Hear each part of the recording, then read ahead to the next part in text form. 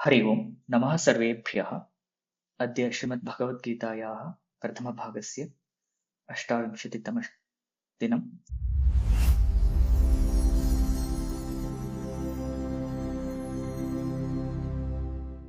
द्वितीयाध्यायस्य 30तमः श्लोकः।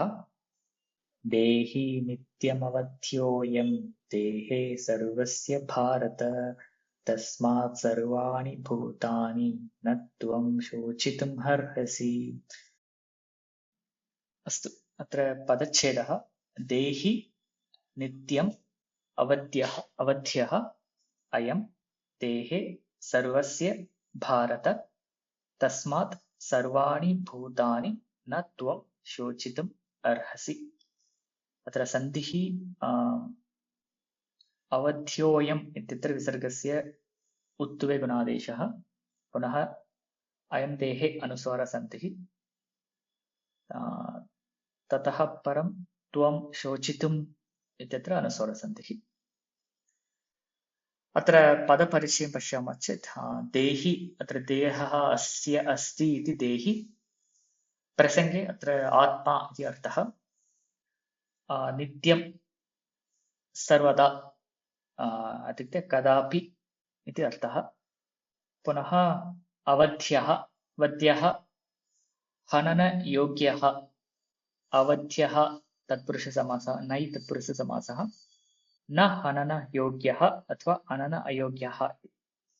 पुनः अयं देहे सर्वस्य भारत संबोधनारूपं, तस्मात् सर्वाणि भूतानि न त्वं शोचितुम् अर्हसि।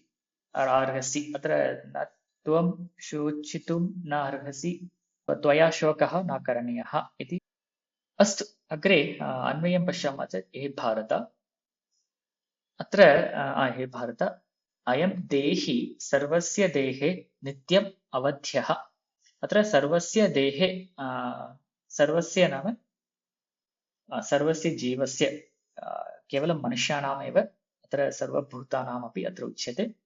अत्र सर्वस्य देहे अयमात्मा नित्यम् अवध्यः, कदापि सर्वदा अवध्यः एव भवति। इत्युक्ते तस्य हननं कर्तुं न शक्यते इति तत्र भावः। सरलः अर्थः। अत्र पुनः अवध्यः इत्यत्र किमर्थम् अवध्यः इति चेत् तत्र निरवयवत्वात् निर्गुणत्वाच्च सः आत्मा अथवा सः देहि अवध्यः इति तत्र तात्पर्यम् अस्माभिः पूर्वं दृष्टम्। तस्मात्, अतः, एतेन कारणेन, तस्मात् सर्वाणि भूतानि त्वं शोचितुं न अर्हसि। सो अत्र एतेषु भूतेषु त्वया शोकः न करणीयः। So you don't need to worry about भूतानि, तथा वक्तुं शक्नुमः। अस्तु, सायं सरलः अर्थः। अत्र क्रमशः पश्यामः चेत् 25तमश्लोकपर्यन्तं तत्र आत्मज्ञानबोधः आसीत्। ततः परं 3 श्लोकेषु अनात्मदृष्ट्या उपदेशः कृतः। ततः परं तत्र आत्मज्ञानस्य महिमा उक्ता। अत्र आत्मज्ञानस्य आत्मज्ञानप्रकरणस्य संहरणं करोति अत्र भगवान् वासुदेवः।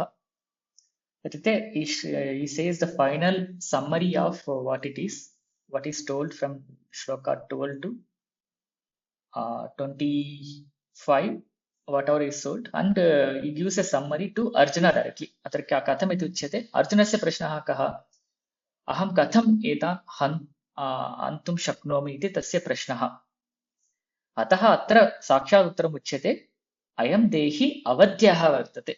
So this dehi cannot be killed. So you don't need to worry. So it's the final summary for Arjuna, and it's also a closing shloka for Atma Vichara. अस्तु, अग्रे व्याख्यानं पश्यामः चेत् देहि शरीरी, शरीरम् अस्य अस्ति इति, शरीरी नित्यं सर्वदा सर्वावस्थासु कदापि सर्वदा केनापि प्रकारेण इति अर्थः। पुनः अवध्यः किमर्थं निरवयवत्वात् तथा नित्यत्वाच्च अयमात्मा अवध्यः तत्र अवध्योऽयं देहे शरीरे सर्वस्य इत्युक्ते सर्वस्य नाम सर्वगतत्वात् आत्मनः सर्वगतत्वात् अत्र स्थावरादिषु अपि स्थावरादिषु अपि स्थितः अपि सर्वस्य प्राणिजातस्य देहे वध्यमाने अपि अयं देहि न वध्यः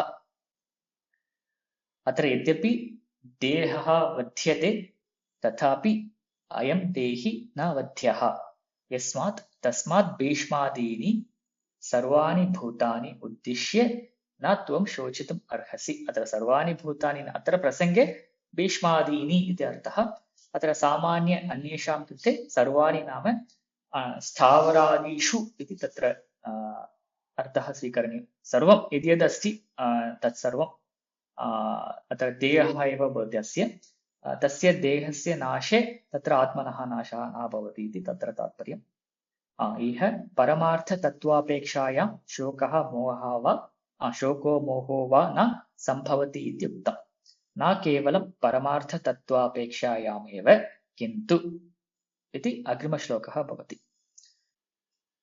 अत्र एतावत् पर्यन्तम् अस्माभिः आत्मानात्मदृष्ट्या दृष्टम् इदानीम् अत्र पूर्वपीठिका किम् उच्यते अत्र पूर्वपीठिकायां किम् उच्यते न केवलं परमार्थतत्त्वापेक्षायामेव किन्तु अत्र परमार्थत्वेन एव इदं नास्ति अत्र इदं नास्ति नाम शोकः न करणीयः इति नास्ति परन्तु धर्मदृष्ट्या अधर्मदृष्ट्या अपि शोकः न करणीयः इति तत्र उच्यते किमर्थं यतः अग्रिमप्रकरणं यदस्ति प्रायशः यतः आरभ्य 31तमश्लोकादारभ्य 37तमश्लोकपर्यन्तं तत्र धर्माधर्मदृष्ट्या अपि तत्र शोकः न करणीयः इति तत्र उच्यते अतः तत्र पूर्वपीठिका तथा अस्ति Thank you all for watching this video online.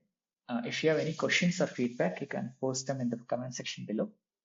If you are interested, you can also join these live sessions using the link given in the description. If you like, you can also share this video with others and subscribe to this channel. धन्यवादः वयं पुनः मिलिष्यामः